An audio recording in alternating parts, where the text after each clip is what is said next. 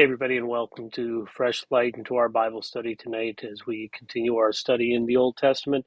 Thanks for joining me tonight. And again, as I've said each week, just love to hear your comments. If you're uh, at all touched by the Bible study tonight, I'd love to have you do that. And also, if you would just share this on your timeline, I'd appreciate it. And plus, that kind of helps algorithms with Facebook, which anyway. Be nice to get that. So if you wouldn't mind doing that, I'd appreciate it. As I said, tonight we are continuing our study in the Old Testament, and we are up to the minor prophets. If you remember from our study, the minor prophets are the last 12 books of the English Old Testament of the Bible, and they are considered minor prophets only because of the length of the book, not anything to do with the importance of the message whatsoever. We're in the third of the minor prophets right now. Last week we talked about Joel, and the title I gave Joel was restorative grace. Tonight we look at the book of Amos, which obviously comes right after the book of Joel. Amos was a shepherd. He wasn't a professional prophet. In fact, he makes mention of that in his book, that he's not a professional. He lived among a group of shepherds in a small town, Tekoa, which was approximately 10 miles south of Jerusalem. Um, and he was a grower of sycamore figs and a shepherd as well. So he didn't have that professional um, bent to him, which kind of didn't help his ministry at all, because a lot of people didn't accept him because he didn't have the right credentials. He didn't have the right titles after his name, which unfortunately many of us know what that's like. But anyway, um, he had a very simple life.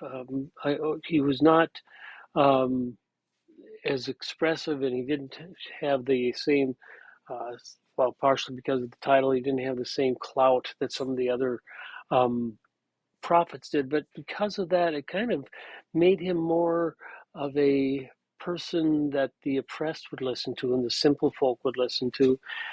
He prophesied during the reigns of King Uzziah, who was king of Judah, and King Jeroboam, which is the king of Israel. So roughly his time frame there is between 767 and 753 BC. One of the things that didn't help Amos any, if I can put it that way, is the fact that Amos, hold on just a second here, take care of some technical stuff here. Amos was from the south, but he prophesied against the north. The south was probably the more spiritual, the more godly of the two sections of Israel. If you remember, they went into a civil war, and you had the northern kingdom and the southern kingdom. And the southern kingdom of Judah was a little bit more God-fearing than the northern kingdom. So he went up and he prophesied against the north, which a lot of people didn't accept him because of that. It's kind of like, who are you to tell us what to do? You're from the wrong side of the border. So that was the fun, if I can say that, the struggle that Amos had with his lesson being heard by the people. Amos talks a lot, as did Joel, about natural disasters, really forming around. The biggest thing was against locusts, and God would send four different kinds of waves of locusts into the territory. It's interesting because scholars estimate that some of these locust swarms were as much as 400 and some square miles long, wide, whatever. So they were huge and they were immense, and realized that if they came in and destroyed the vegetation of a particular area, there wasn't any going to Walmart or Costco or Sam's Club to get the supplies to get you through the year. You were just out of luck, and you had to try to find some way to fend for yourself. So, very difficult time that way. Uh, Amos is sort of interesting in the sense that if you read through Isaiah or Amos, and as I've said each week, I encourage you to do that, especially the minor prophets, for two reasons. First of all, they're short. Secondly, they have a lot of truth in them, of course. But let me encourage you to read them out of an easy to read version of the Bible, because there's a lot of prophecy and a lot of symbolism there. But as I said, there's many swarms of locusts that come through. Another thing about Amos is that he prophesies against all of the other nations surrounding Israel, and the prophecy is against God's judgment against all of them. And if you read through that, you'll see God is very hard on the other nations for how they treat his people, and they suffer because of that. As I read through that, I kind of thought about, it's sort of like if you see somebody else doing something wrong, it's kind of nice to see the justice of them getting caught, so to speak. This last week, uh, Trish and I went camping, and we were on our way to the campgrounds and driving down this road, and the speed limit was 60. I was behind a car that I would have loved to get around, but pulling a camper, you can't always do that. You need a little bit more room. I was behind a guy that was going between 55 and 57, and I'll be honest with you, I like to drive between 60 and 65, a little, 2 or 3 miles over the speed limit like most of us do.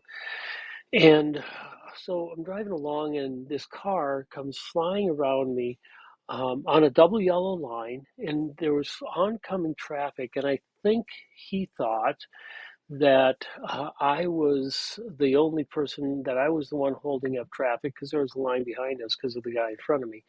And so he comes flying around me and all of a sudden realizes there's oncoming traffic. So he has to find room between me and the car in front of me to pull in to avoid a head-on collision. The car in front of us had to slow down to avoid a head-on collision. It was just a bad situation. And I just thought, you jerk. First of all, I'm going over the speed limit, so you didn't or to need to worry about that. Secondly, it's a double yellow line. You could have killed a lot of people doing this. And I just, I didn't have a real Christian attitude about that. A couple miles later, he went flying around the car in front of us and disappeared into the distance. We got into the next small town, and I noticed up ahead, red and blue lights flashing, so I knew there was a police officer up there. We're kind of slowing down. And as we were going around the car, we both kind of chuckled because the policeman from that town had stopped this guy that had almost caused this head-on collision. And I have to admit, I smiled really wide. It's just like, maybe you've been in that situation where somebody does something, you think, where are the cops in a situation like this? Well, this time there was the cop and they got the guy. Yeah, I know it probably wasn't real Christ-like of me, but it was just really nice to see some justice being done. And I don't know, maybe he didn't get a ticket, maybe he did. I kind of hope he did. But Amos, when he's talking about the other nations, I've got a feeling it's got to be kind of like that, as Amos is prophesying against Damascus and Egypt and all these other nations, and the Israelites had just be kind of sitting there going, "Yeah, that's right, God, go get them. Yeah, you're right, they're terrible. Look at all the things they've done to us. Blah blah blah blah blah." But then God turns his attention away from the other nations to say, "Okay, now you Israelites, here's what I have against you." And a lot of the book of Amos has to deal with God's judgment against the Israelites for their worship, for their lifestyle, for all the things that they've done. He gives a somewhat small portion of the book towards the other nations, but most of his attention is turned towards the Israelites. It'd be much like if we as Christians, as the body of Christ, look at all the other social issues around us, and God says, "I'm going to judge racism," and we go, "Yeah, get them," or God's going to judge this group of people for what they do. "Yeah, get them," and God's going to judge this group of people for what. "Yeah, go get them," and then he says, "And then for you that claim to be Christians, here's what I've got to say to you." And it's kind of that kind of a thing of, okay, here comes the other side of the issue, and that is, how are you uh, reacting and God's displeasure with his own people. He's harder on his own people than he is on anybody else because we should know better, to be honest with you. So if I was going to give Amos a title, which I've tried to do throughout our study, of give a title um, regarding grace, because as I've said, tried to say each week, we can see grace throughout the Old Testament. Grace isn't a New Testament thing. Grace is exposed more in the New Testament, but is shown all the way through Old and New Testament. So if I was going to give Amos a title, a grace title. I think the title that I would give it is Expressive Grace. Expressive Grace. In other words, what God is saying is, I want to express my grace to you, and here's how it needs to happen. But the second part of expressive grace is the grace of the people of Israel towards each other, first of all, and then towards the other people. Listen to what Amos prophesies in Amos chapter 5, verses 21 through 24. He says this, God is talking now to the Israelites. I despise your religious festivals. Your assemblies are a stench to me. Even though you bring me burnt offerings and grain offerings, I will not accept them. Though you bring me choice fellowship offerings, I have no regard for them. Away with the noise of your songs, I will not listen to the music of your harps. But let justice roll on like a river, righteousness like a never-failing stream. If I can take what Amos is saying here, what God is saying through Amos, and put it into the 21st century vernacular, it would be like God saying, the whole thing with Christmas and Easter and claiming to celebrate the birth of Jesus and the death and resurrection of Jesus, I hate it. It stinks. And your offerings and the thing, you bring me all this money and you build all these fancy buildings and you do all this. I don't accept them. And you might bring me all kinds of other sacrifices, and then away with the noise of your songs. You know what? I don't care what kind of worship music you play, whether it hymns or contemporary music, whether it be an organ and piano or rock and roll. I don't care, because I'm not going to listen to it. So what God is really saying to the Israelites is, all of this make-believe worship that you do, and you claim to follow me, and you claim to be my people, and nothing that you're doing makes any sense to me, and I won't accept it because it's not from the heart. It's just your outward activities. God is never impressed with outward activities. What he wants is the heart. And so then he says, but let justice roll on and be righteous. And so what he's saying is, make your actions be the basis of the worship. The second thing that God says, the second theme I think that Amos has, is the idea of pure worship. Now I have here, this is a plumb line. For those of you that aren't construction type people, what a plumb line is what people use now. Maybe they probably use a level more than a plumb line. But what it does is it shows the straight line. If I hold this up, it shows what is exactly straight down. If you follow a plumb line, then uh, you know exactly what straight up and down is. And what God says is, I don't measure your righteousness by uh, what you think. I measure your righteousness by me, and there is no wavering from what I want.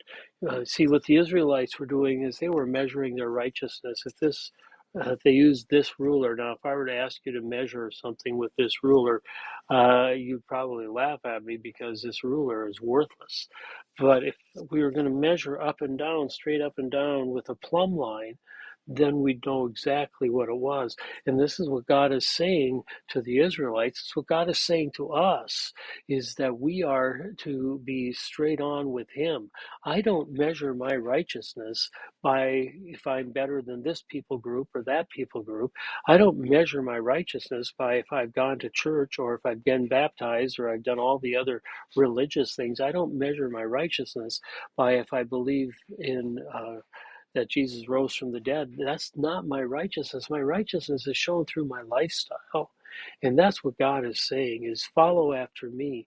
Don't claim to have all this allegiance to me and then not live for me. So that's what he is saying. And so I think pure worship, Isaiah or Amos 7 verses 7 and 8 says this is what God showed me. The Lord was standing by a wall that had been built true to plumb. With a plumb line in his hand, the Lord asked me, what do you see, Amos? A plumb line, I replied. Then the Lord said, see, I am setting a plumb line among my people. I will spare them no longer. And so what God is saying here is kind of what I alluded to earlier, is that God was going to measure the Israelites by his standards. Here's the thing. None of us can measure up to God's standards. We can't. There's no way we can do it. And this is why I say that, the other theme is pure worship, is that we worship God the way He wants, not according to what the culture of the society says, but according to Him. So what can we learn from Amos? I think there's 5 things very briefly that I think we can learn. First of all, is that God calls and commissions ordinary people. Amos wasn't anybody special. He was just somebody God chose. He grew figs for a living, for heaven's sake. He was a shepherd. Nobody special at all, but God used him.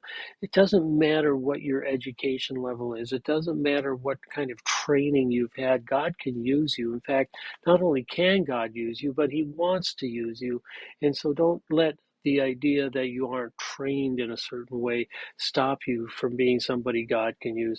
Second thing is, the burden of a divine calling can't be easily ignored. Don't just ignore God. He's given you a purpose. He's given you spiritual gifts. Allow Him to use you. Worship must be on, number 3 is worship must be on God's term, using that plumb line as a measurement. Worship must be on God's term, not ours. I think it's really sad that in the Christian church we fight and argue over how worship should be. Worship should be according to how we feel God is leading us, and it's got nothing to do with the type of instruments. It's got nothing to do with the music. I'm going to vent a little bit here, but I just have no time for some of the preachers that I've heard online that blast this church because of the music they play and that church because of the music they play, and make up all of these excuses and reasons for why their music is evil. It's none of your business. I love what I heard one worship leader say. He was confronted by somebody in the church that said, "I don't like the music you play here." And the guy said to him, the worship leader said to him, he says, "Well, nothing personal, but I'm not playing the songs for you. I'm playing the songs to God. It's not got anything to do with you. Our worship isn't about other people. Our worship is about the person and life of Jesus Christ, what He's done for us. Worship is on God's terms. The other thing is, God is sovereign over all the nations. As I said earlier, Amos speaks a lot to the other nations. And what we need to realize by that is, whether it's nations or people groups or philosophies, we don't need to stand up for God on those things. He'll take care of things. Our job is to be righteous and loving and holy and merciful. And the last thing is, Amos looks forward to a time when our hope will be found within the person of God on earth. In other words, in Jesus Christ. He's our one and only hope. Hey, thanks for joining us tonight. If you're in the area of Luck, Frederick, Cumberland, and you don't have a church, let me invite you to Zion. Praise starts at 10. If you are from the surrounding area and you want to join our services, we're on Facebook and YouTube. Praise starts at 10. We'd love to have you there. Again, please comment. Let me know that you watched and that you enjoyed tonight's study. We'll be back again next week to look at the next book in the Bible as we make our way now towards getting close to the end of the Old Testament. Thanks for watching, everybody. Have a great night, and we'll see you next